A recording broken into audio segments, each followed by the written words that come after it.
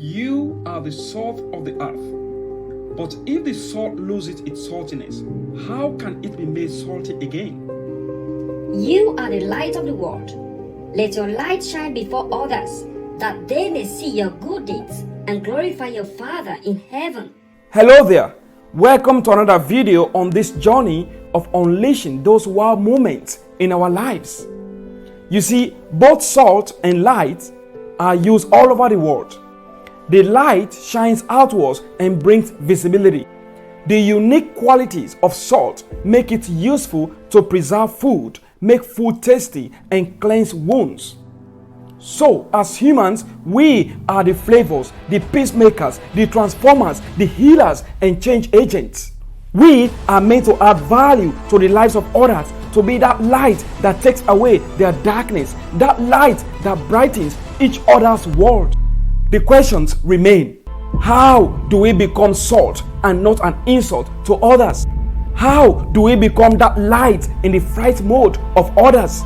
Here are 4 useful tips to maintain our saltiness and brightness. Number 1, not worrying about the credits.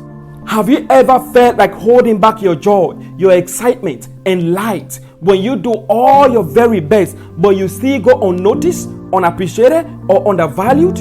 Not everybody will turn around to always say thank you for being of a blessing to them. But when you want to continue blessing others with your unique light and flavor, you are not worried about getting the credit. You are treating people nicely because of who you are. You are a nice person. Be that light in the fright mode of others. Many people out there are in fright mode as they feel incapable of taking appropriate actions to move out of limiting situations. They want to speak out, they want to move, and they want to be able to take action, but because of fear, doubt, and other limiting beliefs, they feel frozen. You serve as that light in their fright mode to help them change those limiting beliefs that they hold for themselves.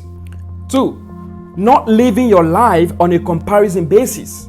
Give your unique light and flavor for the good of others. Comparing yourself to others only provides you with more stress and worries. You are afraid that you are not enough and you don't have enough because you don't match to their standard and you don't have what they have. So when you compete with no one but yourself, you enjoy what you do and you do it best. Because as humans, our wants, our needs, our desires will not stop wanting us or needing us until we make that intentional choice to stop needing them or desiring them. 3, not conforming to the world. Don't always worry about going with the crowd. Instead, think about affecting others positively. Be determined not to allow the world to master you in any way. We have many things available to us. God gave us free will. We all have influence. The questions become, how are you using your influence? How are you using your free will? You have freedom of speech. What speech do you give out? Are those words helpful or hurtful? Are they true or untrue? Are they inspiring or limiting? 4, not losing or misusing your value. Just because someone fails to see your good side doesn't decrease your value in any way. It doesn't mean you are not good enough, but it can simply mean that their perception of seeing the good in others might not be good enough. You might feel unwanted or undervalued to someone, but you can be that golden ribbon missing in someone's life. Your light is not meant to be covered or hidden away. You were made to shine, to add value, and to make a difference because you are a masterpiece.